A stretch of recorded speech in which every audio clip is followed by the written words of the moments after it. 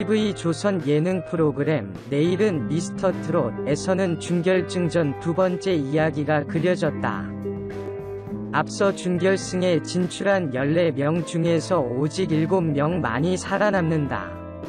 이날 파바로티, 김호중이 두 번째로 무대에 올라 무대를 선보였다. 김호중은 이날 주현미의 대표곡 짝사랑을 선곡했다. 성악의 묵직하고 풍성한 톤이 장점이었던 김호중이었기에 의외의 선곡이었다. 지금까지와는 전혀 다른 모습을 보여주겠다는 의지였다. 주현미는 김호중에게 살랑살랑 불러야 한다고 조언하면서 다른 곡을 고를 것을 애둘러 조언했고, 특히 선곡도 실력이야 라며 재차 만류했다. 김호중은 주현미의 걱정을 한방에 날려버릴 정도로 간드러진 톤으로 짝사랑을 소화했다. 하지만 몇 번이 반복된 음이탈로 무대의 집중력이 깨지고 말았다. 이에 남진은 키를 한 키 낮췄으면 좋겠다 라며 아쉬워했다. 반면 조영수는 김호중의 스스로 본인에게 믿음을 주고자 한 선곡 같아서 좋았다고 평했다. 한편 이날 김호중은 마스터 점수 914점을 기록했다.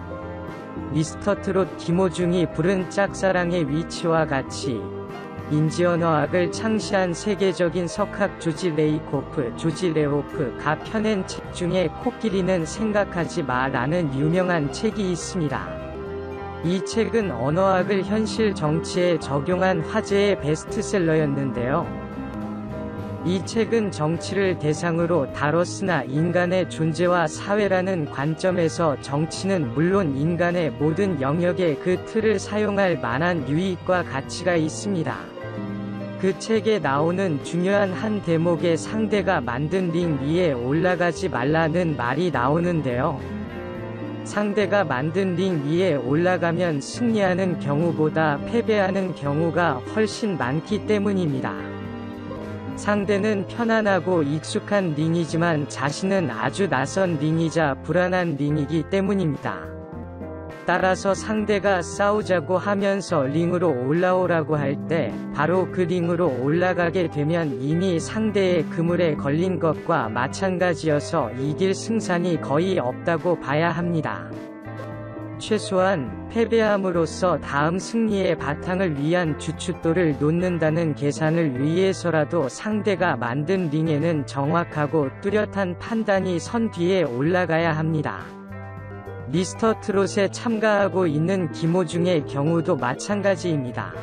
김호중은 상대가 만든 링 위에 이미 올라가 있고 그 링 위에서 고군분투하면서 시청자들을 울고 웃게 하는 모습을 보여주고 있습니다. 그런데 여기서 김호중이 뛰어든 링은 하나가 아니라 2개라는 사실로 인해 김호중이라는 자산의 가치가 어느 정도인지 또 앞으로 어떻게 될 것인지를 가늠해 볼 수 있습니다. 김호중이 뛰어든 첫 번째 링은 대중가요에 속해 있는 트로트입니다. 트로트 오디션이라는 거대한 링이 만들어졌고 그 링 위에서 강자의 면모들이 속속들이 나타나고 있습니다. 이때 중요한 것은 그 트로트 무대라는 링 위에 올라간 김호중의 자세가 능동적이냐 피동적이냐는 판단입니다. 여기서 보여지는 김호중의 등장은 상대에 의해 피동적으로 올라갔다기보다는 스스로의 판단에 의해 올라갔다고 하는 것이 맞겠습니다. 왜냐하면 미스터트롯은 기본적으로 트로트라는 노래와 무대를 겨냥해서 기획된 것이기 때문입니다. 트로트라는 영역 밖에 있는 김호중이 등장한 링은 그래서 상대의 링이나 프레임에 말린 것이 아닌 전적 자발성에 따라 자기만의 링을 만들기 위한 등장이었다고 하겠습니다. 김호중이 뛰어든 두 번째 링은 방송입니다. 방송이라는 링은 무엇일까요? 방송에 적합하고 또 방송을 위해 효과적으로 활용하면서 그 가치가 방송을 위해 절대적인 힘을 동반하고 있어야 하며 유효기간도 오래가면 갈수록 좋은 그런 링이겠지요. 그 링의 싸움을 구경한 시청자들까지 방송의 휘하에 거느릴 수 있으면 금상첨화와도 같이 더할 나위 없이 좋은 그런 링 말입니다. 김호중의 경우를 역설적으로 살펴볼 때 김호중이 이미 가지고 있는 링의 무기는 클래식이자 성악입니다. 그것을 드러내는 무대도 콘서트나 공연장 같은 성격이어서 방송과는 거리가 멉니다. 그것은 이전에도 그랬지만 앞으로도 그럴 공산이 크다고 하겠습니다. 그러니 이 역시도 첫 번째의 경우와 마찬가지로 상대가 불러서 올라간 링이 아니라 그 링에서 한번 싸워볼만 하기에 그 링의 승패와 관계없이 존재감을 확신시키는 것만으로도 이미 승산이 있다는 계산 아래 방송이라는 링으로 올라간 것으로 해석해야 하겠습니다. 미스터트롯에 참가하고 있는 것 자체가 김호중의 존재감을 확실하게 각인시키고 있는 절대적 자신으로 자리매김하게 될 것이 확실하기 때문입니다. 거꾸로 생각해보면 더욱 분명해집니다. 만일 김호중이 방송이라는 링에, 그것도 단발성이 아닌 지속성과 확장성을 가진 방송의 링에 올라가지 않았다면 과연 현재의 방송이라는 상대가 만든 링에 올라가서 얻고 누릴 영광들을 확보할 수 있었을까요? 절대 아닙니다. 이쯤에서 보면 승패나 등수는 김호중에게 상관없어 보입니다. 김호중이 올라간 링은 비록 상대가 승리자와 우승자를 선택하여 관중들 앞에 내세우려 했던 링이었으나 김호중은 그 링을 역으로 이용해 자신에 의한 그리고 자신을 위한 링으로 만들어가면서 자신의 미래를 위해 재편하고 있기 때문입니다. 김호중이 부른 주현미의 짝사랑이 바로 그 증거입니다.